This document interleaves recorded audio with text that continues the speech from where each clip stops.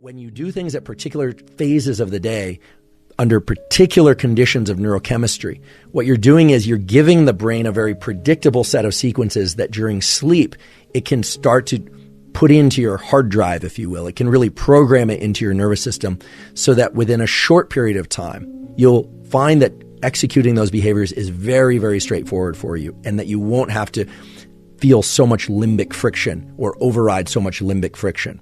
Some of you are probably asking, okay, if I perform a particular habit during phase 1, and then I do other habits during phase 2, and I eventually get to the point where I'm engaging in those habits in a pretty effortless way, do I keep them in the same phase of the day? And the good news is, the literature says it doesn't matter. And in fact, moving that particular habit around somewhat randomly can actually be beneficial to you, because actually moving it from one time of day to the other is that context independence that we really are seeking. By being able to do the same thing that we want to do, regardless of time of day or circumstances, that's how we know that we've achieved a real habit formation. That's how we know that the habit has been moved into certain components of our neural circuitry that just allow us to do it what seems like reflexively. The reason for that is that this brain area, the hippocampus, that many of you know is associated with learning and memory, is not actually where memories are stored. The hippocampus is where memories are formed. It's where procedures, like I talked about before, procedural memory of how you're going to execute a particular sequence, where that's maintained. So like if we use the recipe model, that's where the recipe is maintained until you know how to cook that dish. And then the procedural memory literally migrates off into a different set of neural circuits, which are the neural circuits of the neocortex, where we have maps of sensory experience, maps of all kinds of experiences, including motor maps of how to execute things. So we use one part of the brain to learn something, but then that information in the form of the electrical activity of neurons is passed off to a different brain area. Now, the neurons themselves don't move from the hippocampus to the cortex. That doesn't happen. What happens is the signals, the sequence of electrical firing, much like a script for a movie or the notes on a sheet of paper for a particular musical piece, is transferred off to a different brain area. So that whole process of really leaning into something that's hard, then it becoming easier, and then eventually that thing becoming more or less reflexive, involves a migration of the information in the brain. And once it's migrated out to a different location in the brain, at that point, it's achieved context independence. It doesn't have to be bracketed by, your caffeine and your lunch. It doesn't have to occur immediately after your afternoon NSDR, but before your 4 o'clock meeting on Zoom or something of that sort. So all this is to say that once something has become reflexive, you should play with it a little bit about time of day. If you want to keep it in the same phase of day, great.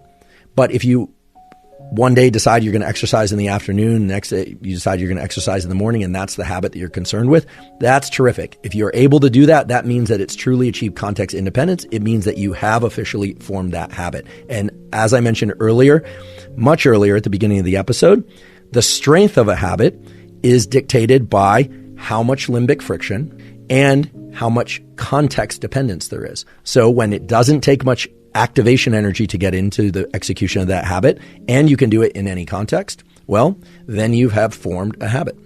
We really can't have a discussion about learning anything, habits or otherwise, unless we talk about reward prediction error. Reward prediction error is associated with the molecule dopamine, although I should say there are other neurochemicals in our brain and body that are also related to reward prediction error. But reward prediction error is a very good system, or I should say a lens through which to think about whether or not we should reward ourselves for performing a given habit. And this is a much larger discussion that actually relates to things like parenting and self-regulation. Should we reward kids just for effort? Should we reward ourselves just for effort? What should we reward? How much should we reward ourselves? When should we withdraw reward? Should we use punishment? These kinds of things. This is a vast literature. But the notion of reward prediction error is so powerful that it can predict most, if not all, forms of learning, including habit formation. And you can deploy or use particular features of reward prediction error if you would like to reinforce or accelerate the formation of certain habits. So reward prediction error, quite simply, is if you expect a reward and the reward comes, a particular behavior that was associated with generating that reward is more likely to occur again. That's pretty straightforward. However, the amount of reward in the form of this molecule dopamine that you will experience is even greater if a reward arrives that's unexpected. Okay? So let me repeat that again. If I think that something's coming that's going to be great, let's say I lean into a habit, I manage to override my limbic friction and I'm doing my 45 minutes of writing in the morning with no phone and no internet, and I'm getting toward the end and I'm anticipating, I'm actually doing this. This is great. I did it. I'm feeling really, really good. I finish. I definitely will receive a dopamine reward. I'll make my own dopamine reward. That's where it comes from. Remember, this is all internal. However, I will also receive dopamine reward if unexpectedly something positive happens. And typically, if something unexpected but positive happens, the amount of dopamine reward that we get is actually much greater than in any other conditions. However, it's hard to surprise yourself about a behavior that you're deliberately engaging in. So that becomes a bit of a tricky one. Reward prediction error also says that if we expect a reward and the reward doesn't come, that the pattern of dopamine release will follow a particular contour. And that contour is very important. Here's how it goes. Let's say that I'm writing and I'm about 30 or 45 minutes in, and I'm thinking, this is great. I managed to do this. I'm succeeding in executing the behaviors that I need to in order to perform this habit. I'm overriding limbic friction. Just that series of thoughts will start to generate a dopamine release within my brain and body.